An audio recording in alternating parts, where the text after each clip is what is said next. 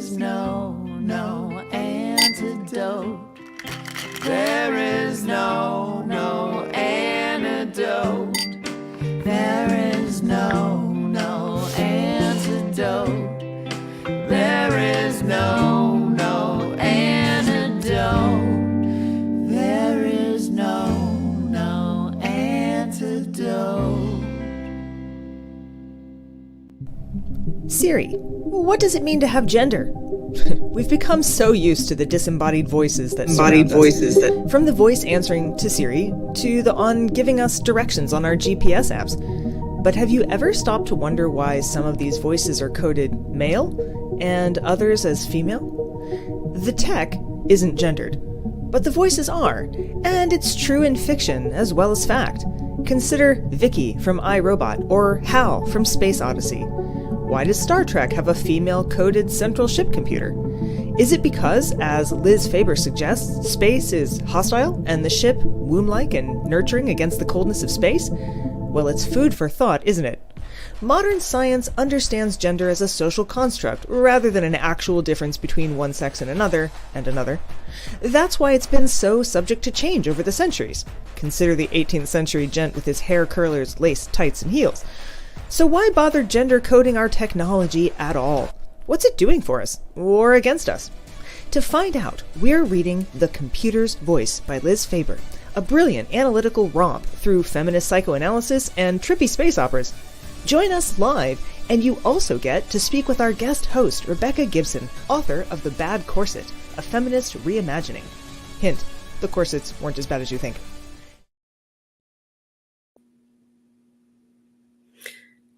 Hello, everyone. Welcome to the Peculiar Book Club. I'm Rebecca Gibson, and I'll be hosting tonight. I'll be hosting Liz Faber, author of not only The Computer's Voice, but also this wonderful book on robot suicide. Hi, everybody. Hi, Peculiars. Hi, Rebecca. Hey, Davey. I'm here helping out as usual. I'll be in the background. And of course, I have a quiz ready for our author. So what do you say, Rebecca? Should we bring Liz on? Absolutely. Let's get Liz.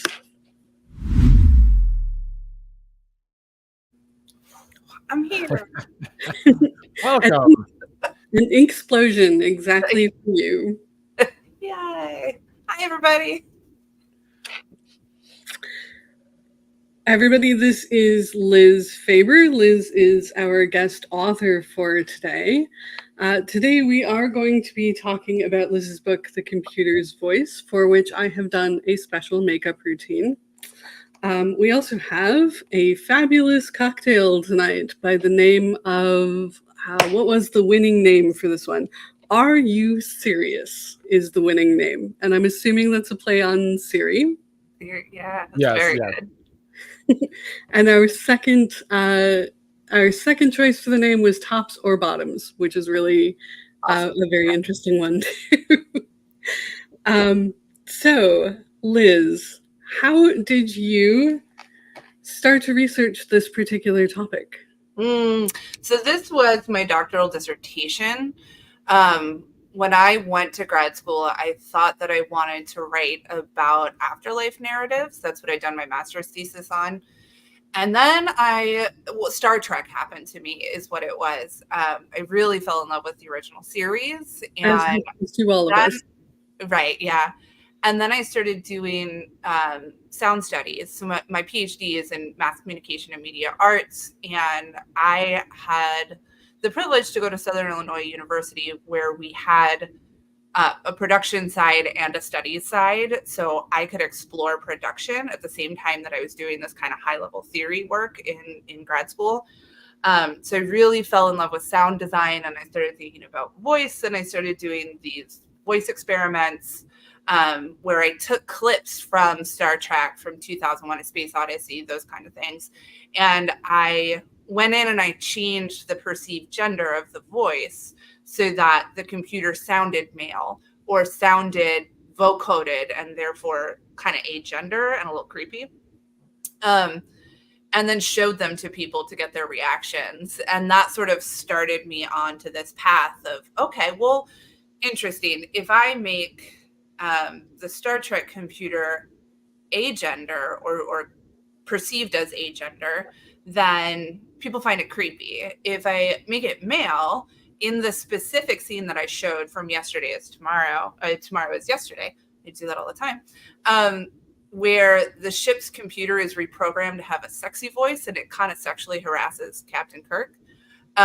People find it hilarious in a homophobic way when it's a male voice. So that really kind of sparked everything for me and started me on this path. And then that was my doctoral dissertation. And it took many, many years of doing nothing with it before I finally was like, okay, this needs to be a book. And here it is.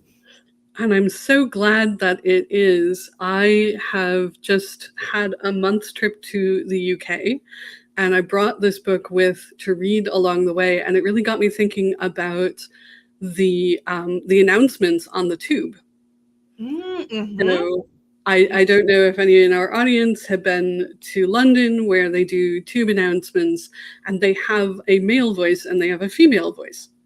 And when they're announcing things like the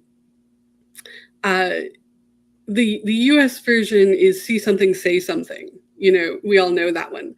The UK version is see it, say it, sorted.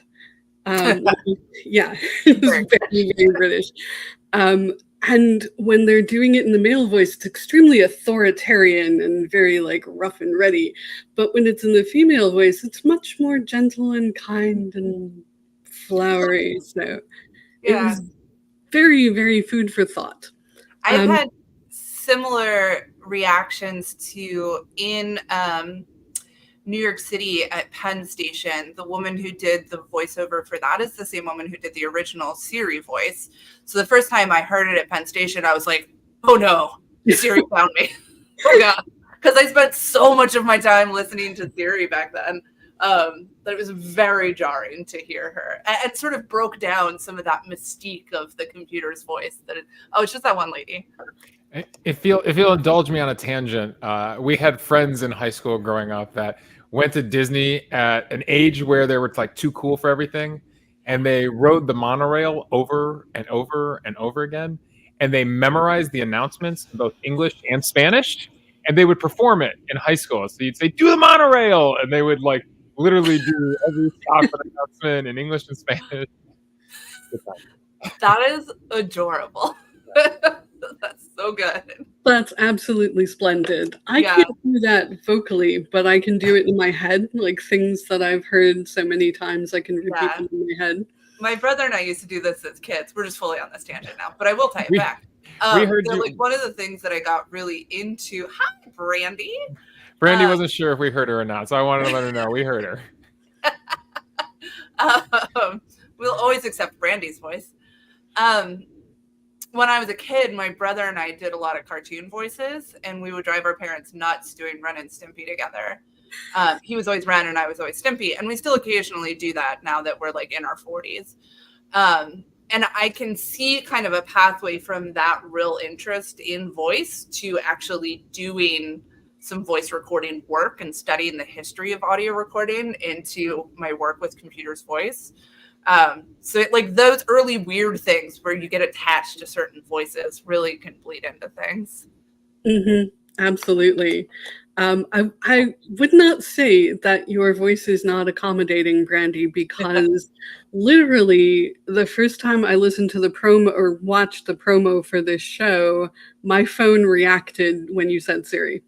So there we go.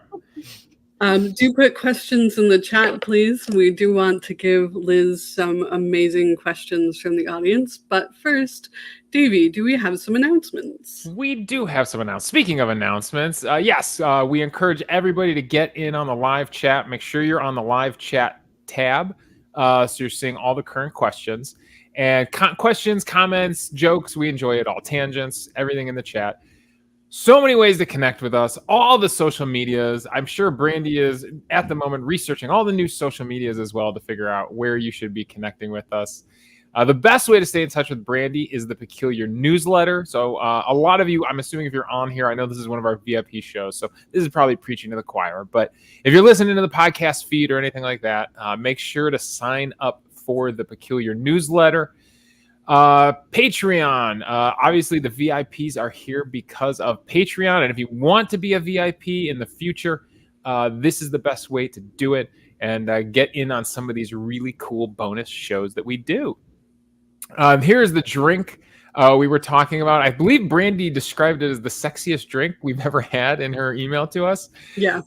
So go ahead. I'll give you a second to check out some of those ingredients. Rum, honey, and white sugar.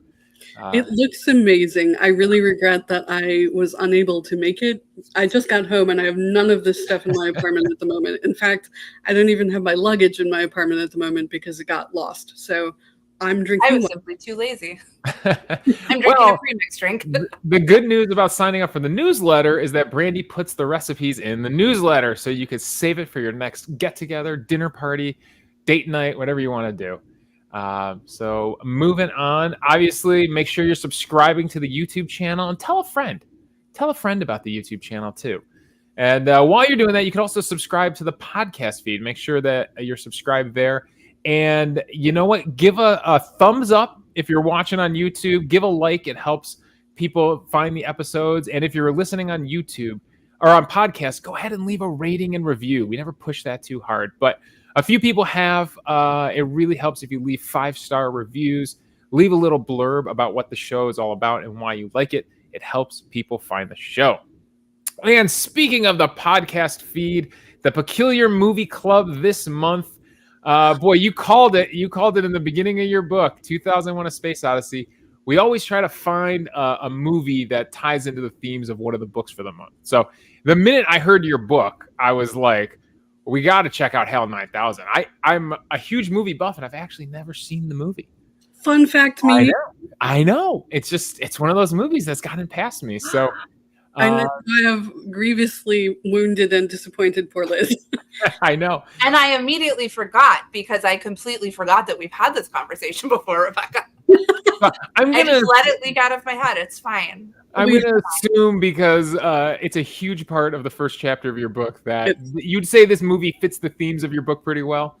Just a little bit. It's fine. It mildly interacts with it. And those of you who subscribe to the podcast feed and listen to this bonus episode that we do every month, the movie club episode, know that I say the episode is going to premiere June 20th, but with 3 little kids running around the house, we have not been hitting our launch dates. So it will come out at some point in June, and we're aiming for June 20th. All right. And with that, Rebecca, back to you. Yep, absolutely. Kristen Meston put a question into the chat. Is it weird that I was thinking about ghosts more than computers when you talked about acousmatic voices in cinema? That is not weird at all. So, the acousmator is not something that Michel Chion invented. It's a pre-existing concept that just refers to a sound that you hear, but you can't see the origin of it, which is very ghostly and very spooky. And so Michel Chion, the famous film sound theorist, wrote about in film, there are often characters that you hear but don't see. And that can create a sense of tension in the film. So The Wizard of Oz is the most prominent example. But I think ghosts fit that really well, that when you hear a sound, or even in I'm thinking of Ringu, I think. No, it's The Grudge, where the little kid is the ghost kid and opens his mouth and screams like a cat. That is a bizarro form of not acousmator, but of kind of messing with the relationship between the image and the sound to create this sense of the uncanny, of familiar and unfamiliar at the same time, right? So I think I would love to see it applied to ghosts, especially in cinema, and the sort of the creepy sounds that you hear that you can't see where they come from. And that in surround sound is very horrifying in a cinema. Speaking of cats, Liz, will you introduce us to your cat, please? Yes.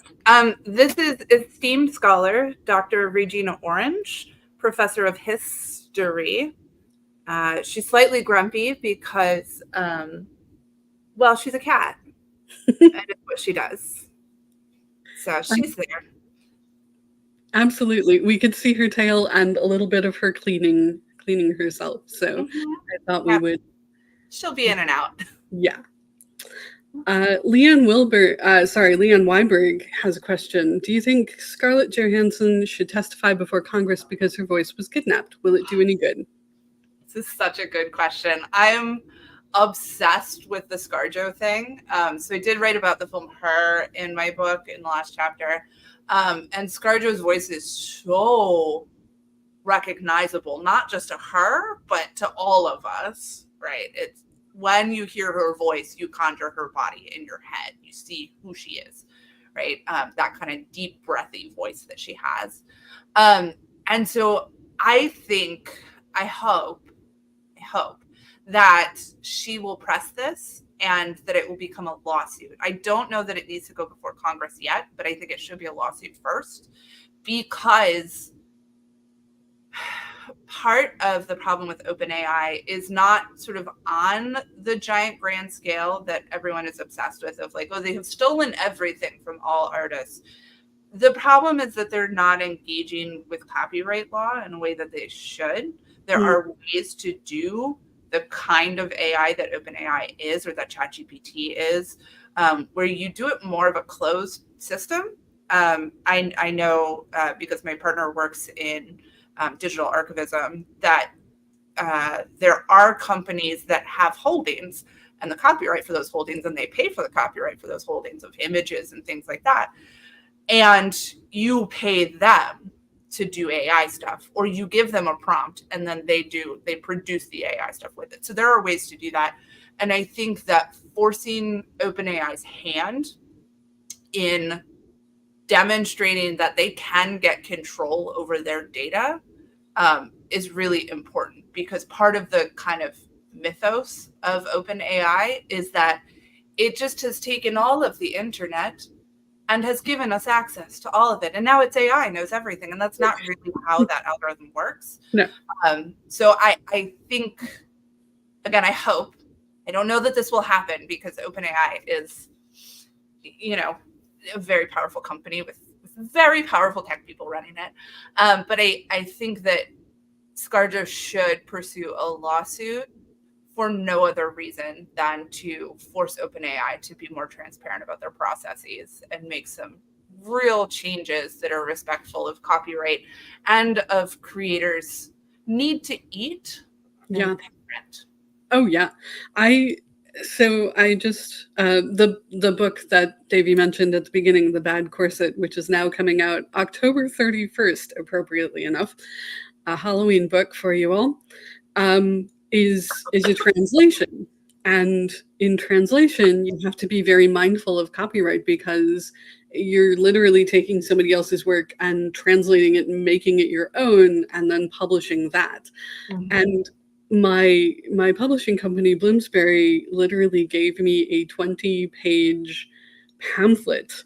Beautiful. On not just like the copyright laws now, because you don't have to only respect the copyright laws now, you have to respect the ones that were in place when whatever you're playing with was published. So like the entire history of copyright in those 20 pages. What I needed was on page 19, because of course it was. Yeah.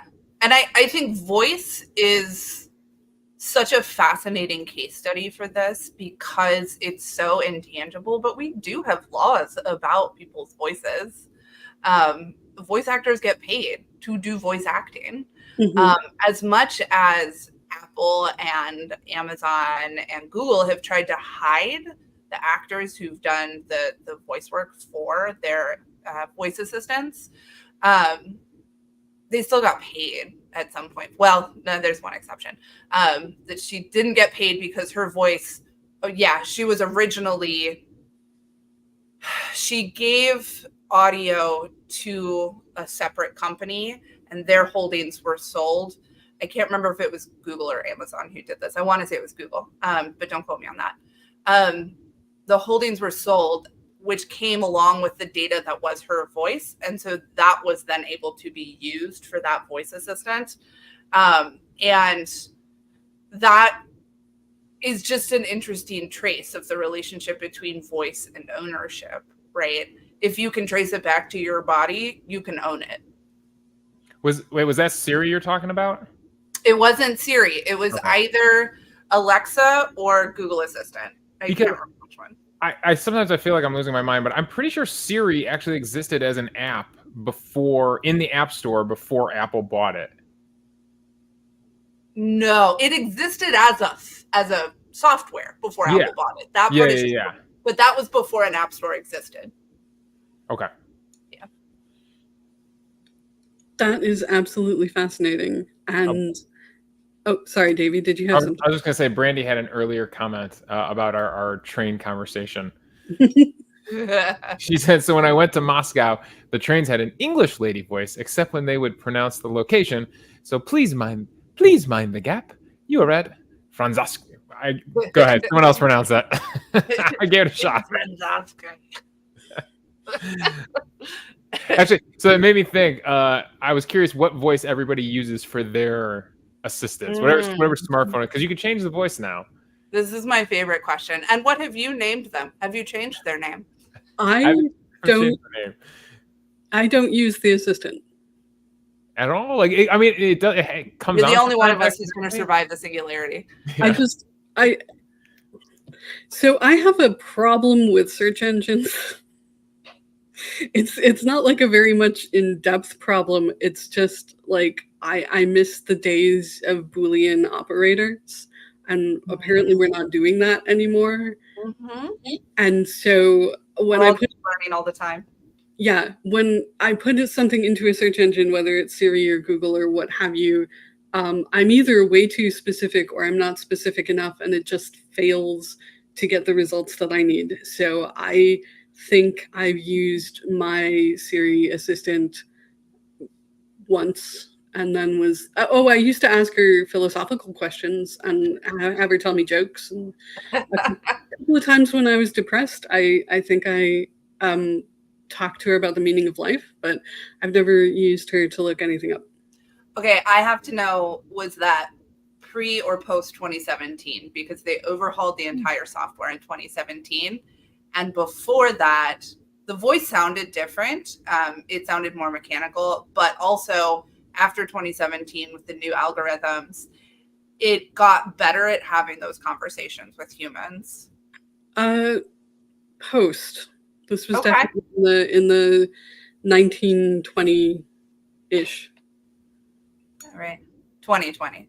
Yeah. Not 1920. No, 19 or 20. 19 or 20. I was like, 1920. How old are you, Rebecca? I'm learning. I'm a vampire, Liz, didn't you know? Oh, I did know that. I just forgot. Yeah. So Liz, which voice do you use on whatever device you have? Yeah, I use the lady version of the US American one. In part because I think it's silly that as a non-binary person, I think that it's silly that there's a gender-free option, and I refuse to use it. Because what does gender-free mean? I could write a whole separate book on that, and maybe now I will. But I go old school and just do the traditional American lady with the, non-specific American accent. I call her Siri. I say thank you every time I use it. I mostly use it for driving because I need hands-free, so I don't wreck my car. And I do make sure I say thank you and please every time. I use the British lady voice because I enjoy when she says, "You've now entered the car park." Oh, nice. That is very lovely. I like it. Yeah. So as your temporary host, Liz, I absolutely think you should write that book. And as your close personal friend, Liz, don't write that book. I am gonna finish the current book first, and then we can revisit that conversation. I have Lorelai Peterson says, I always say thank you after Siri has done what I asked her. LOL. My mom should be proud. Your mom should be proud. I genuinely think the way that we treat technology is reflective of the way that we treat humans. That if you feel like your tech is a servant and a slave and something that deserves no courtesy and no thought, then potentially you are also going to be treating humans that way. So Yes. Kristen's that's husband also a great point. Yeah, when the singularity comes, you want to be on the good side of the computers. Definitely. So, yeah, I love to teach. I Have No Mouth and I Must Scream by Harlan Ellison, in which so basically it's in the future and the supercomputer has basically taken 5 humans hostage and is torturing them for eternity for just because it hates humans. And so every time I teach that, my students are like, okay, we have to be really nice to our computers because when this happens, we just want the computer to kill us and not torture us. Yeah. There's a fake chick tract about the coming of Cthulhu, which is may the old ones eat you first. So yes, absolutely about just kill me, don't torture. No torture, please. Yeah. Kristen Meston has a great nerd question. What do you think about Majel Barrett becoming an actual mother character after being the Star Trek ship's computer, i.e. everyone's mother? I have a whole chapter about this. Yes, you do. A section of a chapter. I love it. I think it's amazing. And my favorite part of the character Loxana Troy is what just like an oversexed bananas lady she is, that she's just immediately like, Picard, I must have Picard. Oh, Jonathan Frakes, I'm gonna go after him, even though he's in love with my daughter. Like, it makes men so uncomfortable and it's so beautifully 1980s feminism to be like, okay, men have historically been perceived as oversexed and have been represented as oversexed. So what if we make a lady do that and we make her bring these highfalutin men in power down about several notches? Because why not? Because women can, right? And so she's this older matriarch. She's not just a mom. She is this powerful woman who is also like doing a job and traveling the galaxy and going after what she wants. When she wants a husband, she's gonna get him. And not in like a I'm gonna murder my husband kind of way, just in like a I like sex kind of way, which is really refreshing and awesome to see her make that transition from not just the mom figure as the computer's voice, but as the sterile mom figure. Mm-hmm. The mom figure who can't be the whore. She has to be the virgin. So for her then to be both the kind, sort of complicated mother of Deanna Troy and the sexy lady, that is really new and interesting. And I absolutely love that about her character. And I think it makes it really complicated and hilarious. So like there's a moment in, I don't remember the name of the episode now, but I wrote about it in the book, where she goes up to a wall and just goes, computer, hello. And like basically having a conversation with herself in her 2 roles. And it's hilarious for the viewer because we know it's both her. We know both are Majel Barrett. But in this world, we're seeing that sterile mom and the vivacious mom kind of clash. It's really cute. Oh, absolutely. I always felt bad for poor Picard, though. I get sort of a Demi vibe off of him. Like maybe he needs the romance there first. He's not as swashbucklingly sexual as Riker or Kirk. Oh, Kirk, yeah. Kirk for a second there. Yeah, well, he had been, though. I mean, there's a meme going around Facebook right now that is about the difference between Kirk and Picard that we think, we think of Kirk as always having been like the super sexy swashbuckler, but he didn't come to that until later in his career. When he was at the academy, he was a dork, and he like was described by his faculty as a walking stack of books. Whereas Picard was like getting in bar fights and sleeping with ladies and like really, you know, James Deaning it up. And then later he became this sort of scholar kind of, you know, artist appreciation diplomat. And so he was mating with Beverly there. Yeah. What I love about Picard in that episode with Lwaxana Troi is he literally just like can't handle her. So he's like, peace out. I'm going to the holodeck. And the character he takes on, his last name is Dix.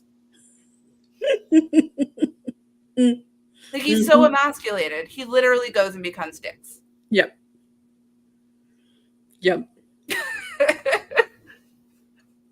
Well, I will never get over my Patrick Stewart crush. Never. I don't. No, he's wonderful. No. He's a good person. He's adorable.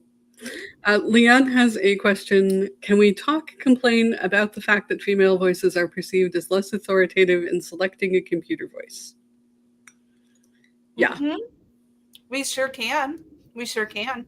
And this is longstanding. So the overarching thesis in my book is basically that in science fiction, what creators do is they take traditional gender roles and gendered narratives and just plunk an AI right into pre-existing roles. So it's not even just that female voices or female coded voices, I think is a really important distinction to make.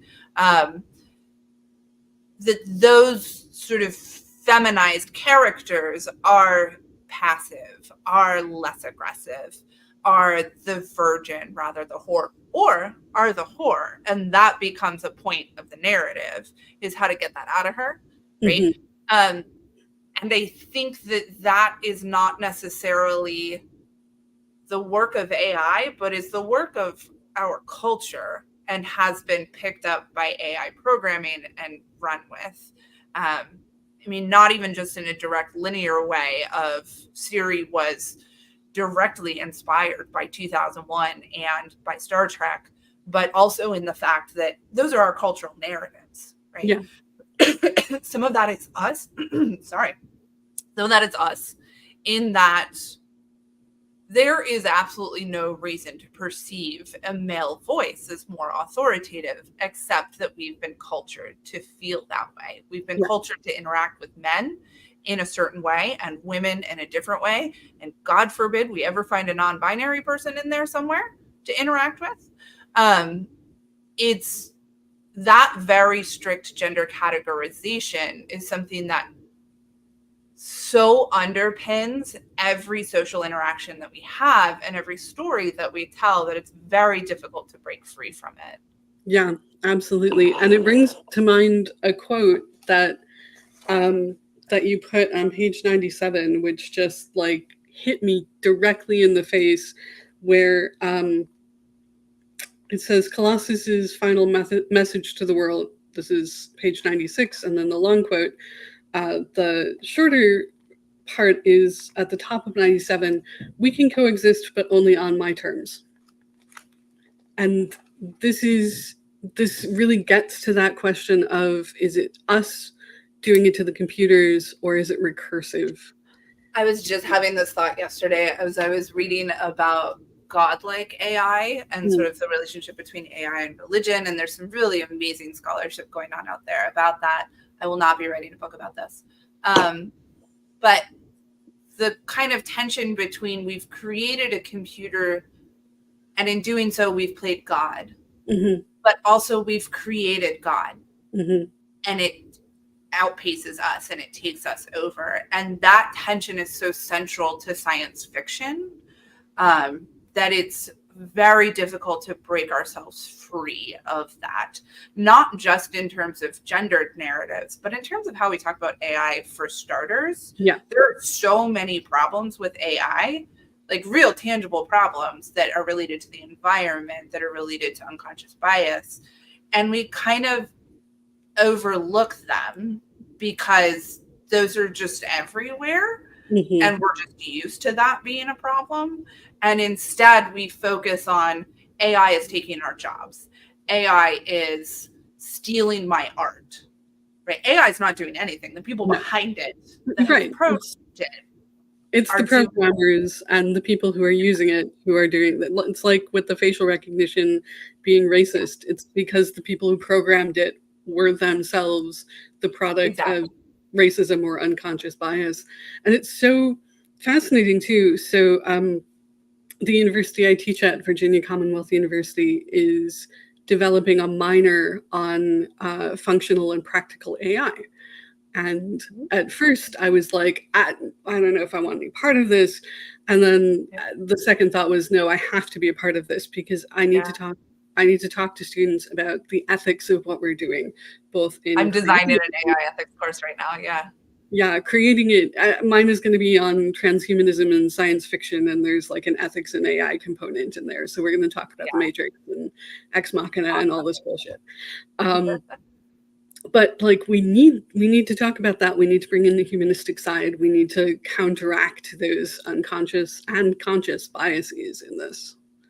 This has become, and I didn't invent this concept, nor did Sophia Noble, but this is where I got it from. In her book, Algorithms of Oppression, she basically keeps coming back to, and this is why you should hire humanities scholars to be on your STEM teams. And I agree. And also, if anyone out there wants to pay me to be on your STEM team, I would happily do that. But we need that piece of it, right? This is the Jurassic Park effect. We need somebody to pop up and go, but why? Yeah. Are we doing this? And what is the real tangible impact it's going to have on humanity? To quote the ever fabulous Jeff Goldblum, you spent so much time wondering if you could, you never stopped to think about whether or not you should. I probably misquoted that. The movie's from the 90s. I feel like you got close. No, I think you nailed it. That was good. See, there we go. That's exactly what I was thinking. I want to make sure we. Susan Cotter had a comment earlier. I want to make sure we don't miss it. Susan said, "Not sure when U.S. fighter planes started using pull up in female voice. Decided because it was easier for pilots to hear over all the male voices of flight controllers, others at the time." That's interesting. That's actually a really great use of that, if that is why it did it, because that's a sound and a noise issue.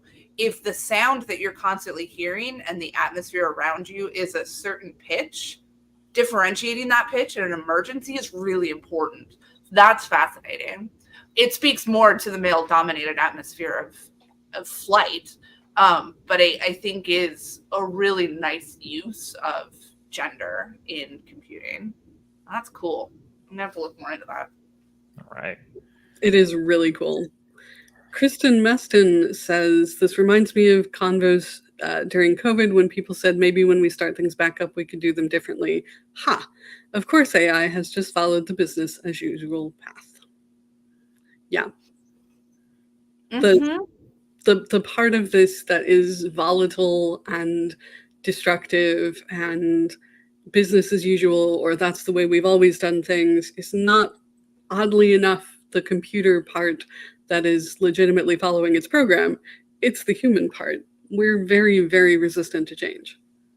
This goes all the way back to Karl Čapek's 1920 play. There's 1920. Maybe you came out of Karl Čapek's play.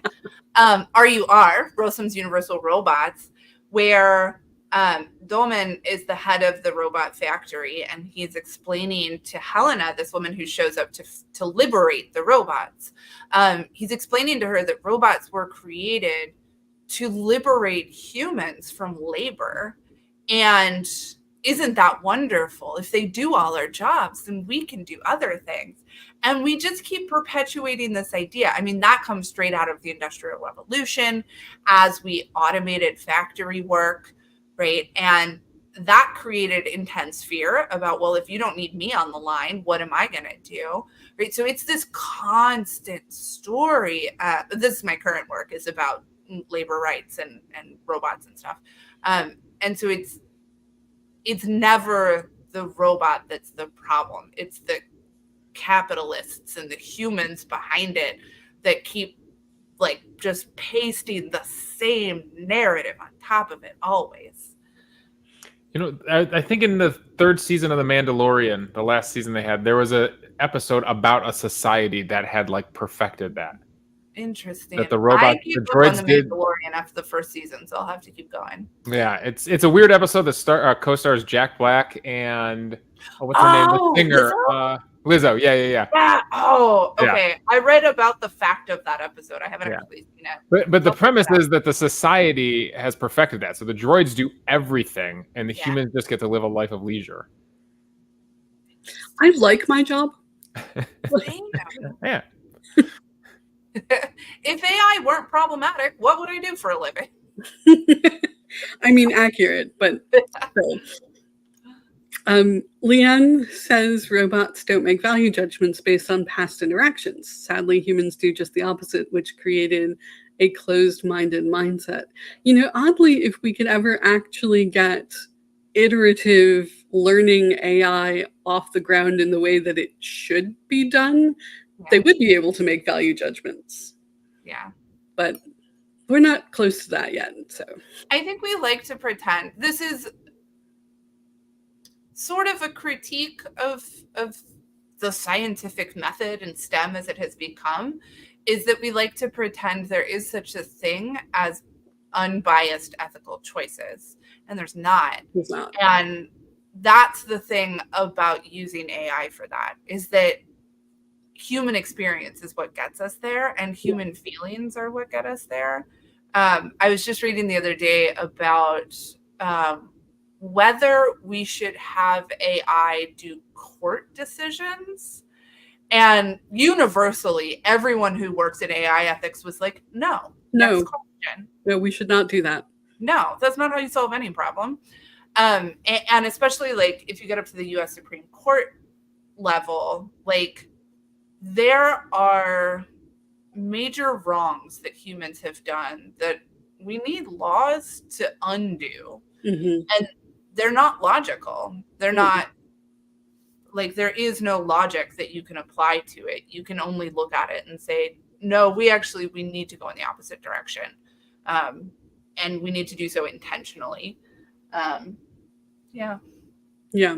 You know, might have problems in a second. On the topic of SCOTUS, I'm not entirely sure that AI could be doing it worse at this point. Well, there's that. But really, if you think about ethics versus morals, morals have a right versus wrong component, whereas ethics have a benefit versus lack of benefit component. And real functional AI could analyze ethical behaviors. Yes. We are sadly, of We're course, not there yet. not there yet. This is why everyone critiques the trolley problem. Because it is so black and white. Like either you run over people or you do something else. But to create something that can make ethical decisions, like a car that has to decide, should you hit 5 puppies or 1 baby, right? Like that is a quandary we can let it make as long as we're comfortable with it making that choice. And it's not literally just a single choice. The amount of programming that would have to go into, okay, move your wheels in this particular amount, and the sort of higher order processing. Yeah.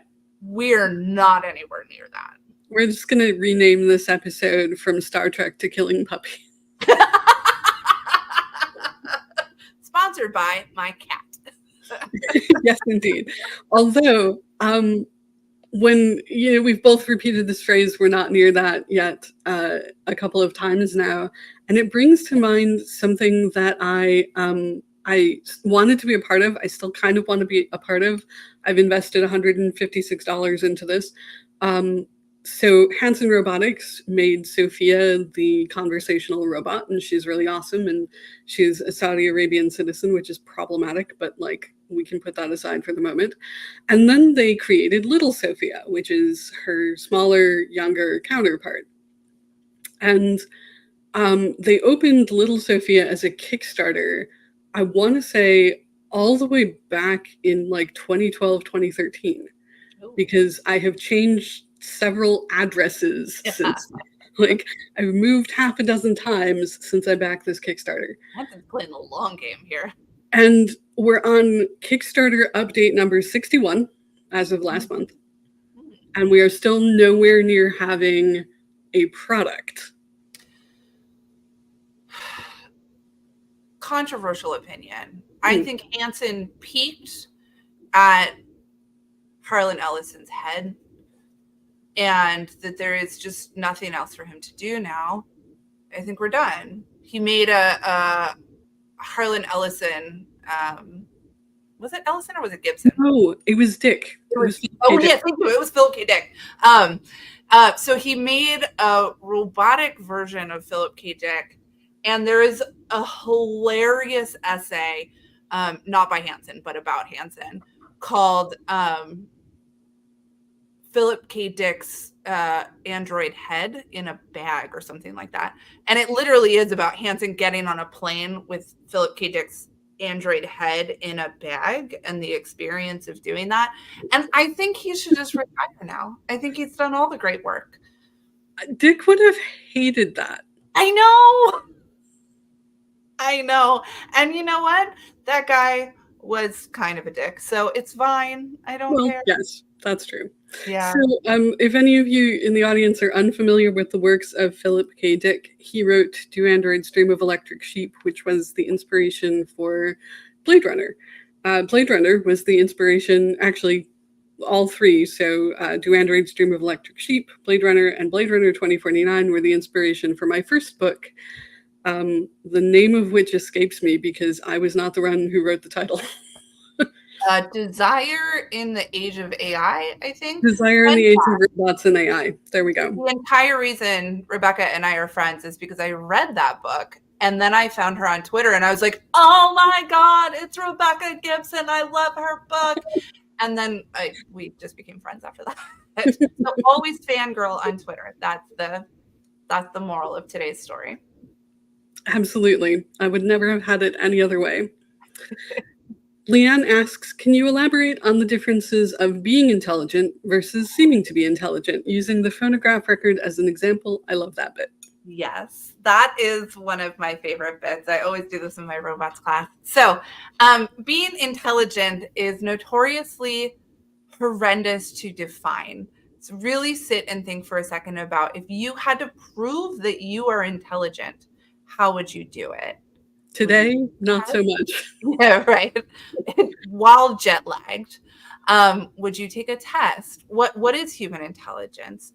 We don't know. When you talk to another person, you are assuming that they are a human. Now, don't have an existential crisis. We are not all pod people, I assume. But yourself, right? Like you have to go through the day making those assumptions, right? So AI can never, like, there's no test we can give it, like a Turing test, to see if it's really intelligent. But we can do seeming to be intelligent, right? That is the assumption we make every day with each other. Now, the phonograph example, this comes from an author whose last name is Wolf and whose first name I forget, who wrote about in the 60s. He was writing that basically when you listen to a phonograph, you know you're not standing next to a person listening to them sing. You know it's a recording. But you have to kind of suspend that in order to enjoy the recording, right? That is seeming to be present. In the same way that AI seems to be intelligent. Fake, thank you. Yes.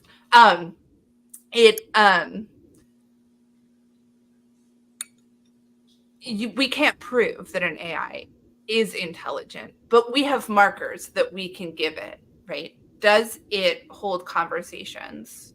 Does it remember information? Does it base things on experience, right? Current AI seems to do that. It seems to be intelligent in that way. It is, in fact, not. It's just a series of algorithms, right? But at that same time, we could look at ourselves and say, we're just a series of neurons firing. We're just electrical impulses, right? So what differentiates those things? And this is sort of the work of philosophy in technology, is understanding what does it mean to be human, to interact with other humans? And therefore, how do we take that understanding and build it into software? That's also the central question of anthropology. What is it to be human? What does it mean to be human? What makes us distinct from other animals? And the distinctions are growing ever smaller as we learn more about humans and about other animals. But you're right, it's the realm of philosophy. It's asking those large questions of, what are we doing here? How does this distinguish us? How can we change for the better? How can we even tell if what we're doing is better or not? And we've constructed, one of the things that humans are really, really good at is categorizing things and constructing labels for better or worse. And I think that in terms of intelligence, we're constantly redesigning our idea of what intelligence is, right? Oh, so absolutely. Like an octopus, you know, my brother and I are both pescatarians, and we had this long conversation about should we eat octopi? And the more that we learn about it, the more we realize, like, oh, they're very intelligent. They don't carry the same markers that we would ask of a human, but they are extremely intelligent, right? Oh, yeah. They have toys, they have tools, they communicate with one another. They hunt fish. Exactly, right? They have goals. Same with orca. Like, reasonably, I don't really think the orca are banding together to bring down capitalism, but you know, the whole thing with orca that's fascinating and makes them intelligent is that they do actually work together and they teach each other. They have a really clear way of teaching their children how to do things. And that includes sinking the yachts of wealthy people, which is cool. That is cool. Susan has a fantastic comment. I thought I was human because I can find all the crosswalks or street signs or motorcycles. Susan, I failed those tests so much. We've just learned something today. As someone who has a 2-year-old and is currently teaching them how to cross the street, these are very important life skills right there, Susan. Yeah. Speaking of dividing things into groups and categories, Davey, do we have a quiz? We do have the quiz. That's right. So, what I do for this, Liz, is I like to find a little thread in your book and I tug on it and see where it takes me. And I just love the discussion about the acoudometre. Am I saying that right? Acoudometer. Acoudometer. There we go. I might be saying wrong and have been. I don't know. So this is this quiz. I found most of my examples of this actually in TV, not in movies. It seemed like TV was really heavy on this. So this quiz is called Secrets of the Acoudometer. And it's 3 questions about some classic TV characters that are heard but never seen. So starting off with one of the most iconic, and the Peculiars will help you out. They're in the chat. They're here to help. So don't feel like it's all on you. One of the most iconic voices in television history that is heard but never seen is Charles Townsend, the Charlie from Charlie's Angels. Before founding the Townsend Agency, Charlie worked for which U.S. department during World War II? Was it A, the Office of War Information, B, the Office of Strategic Services, or C, the United States Secret Service? Classic. That classic spy. What's that? Is it the real department? Because if it is, I know the answer. That's what I was thinking. Like, it's got to be not a real thing. I appreciate it, Leanne. Leanne says Davy's quizzes are always amazing. I will admit I've never seen Charlie's Angels. I have seen Inspector Gadget, which is... There's a character. Thought, you know what? He made my honorable mentions. Dr. Claw made my honorable mentions. He's not in the quiz, but he was definitely in consideration. I'm going to go with Office of Strategic Services. Peculiars. I'm waiting for you to kind of fill up the chat there. Any guesses from the Peculiars? She's made her guess. It's B. It's B. Any guesses from the Peculiars? I think we're gonna have to go with you. They may be catching up. We'll see. Okay. The answer is yes, B, the Office of Strategic Services, the precursor, right, to the CIA. somewhat tangentially.